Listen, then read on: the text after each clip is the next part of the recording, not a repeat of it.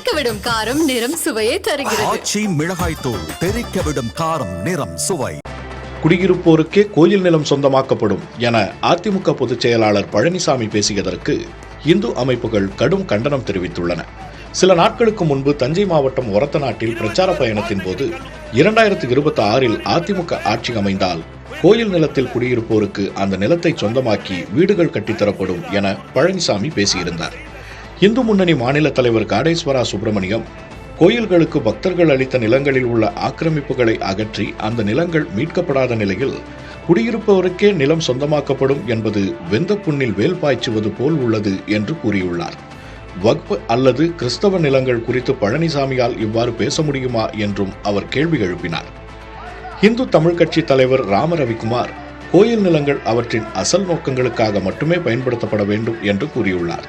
பழனிசாமியின் கருத்து நிலம் கொடுத்தவர்களின் புனித நோக்கத்திற்கும் உச்சநீதிமன்ற தீர்ப்புக்கும் எதிரானது எனவும் அவர் கூறினார். இந்து கோயில்கள் பணத்தில் கல்லூரி கட்டும் திராவிட மாடல் அரசை பழனிசாமி விமர்சித்துள்ளார். ஆனால் கோயில் சொத்துக்களை ஆக்கிரமிப்பாளர்களுக்கு பட்டா போட்டு கொடுப்பது அதைவிட மிகப்பெரிய துரோகம் என்றும் அவர் கூறியுள்ளார். 2026 சட்டமன்ற தேர்தலுக்கு அதிமுகவும் பாஜகவும் கூட்டணி அமைத்துள்ளன. தமிழ்நாட்டில் கூட்டணி ஆட்சி அமைப்பது தொடர்பாக இரு கட்சிகளும் இருவேறு நிலைப்பாட்டை வெளிப்படுத்தி வருகின்றன. இந்நிலையில் பழனிசாமியின் கருத்துக்கு இந்துத்துவ அமைப்புகள் கண்டனம் தெரிவித்திருப்பது அரசியல் களத்தில் பரபரப்பை ஏற்படுத்தியுள்ளது. தெறிக்கவிடும் காரம் நிறம் சுவையை தருகிறது. ஆச்சி மிளகாய் தூள் தெறிக்கவிடும் காரம் நிறம் சுவை.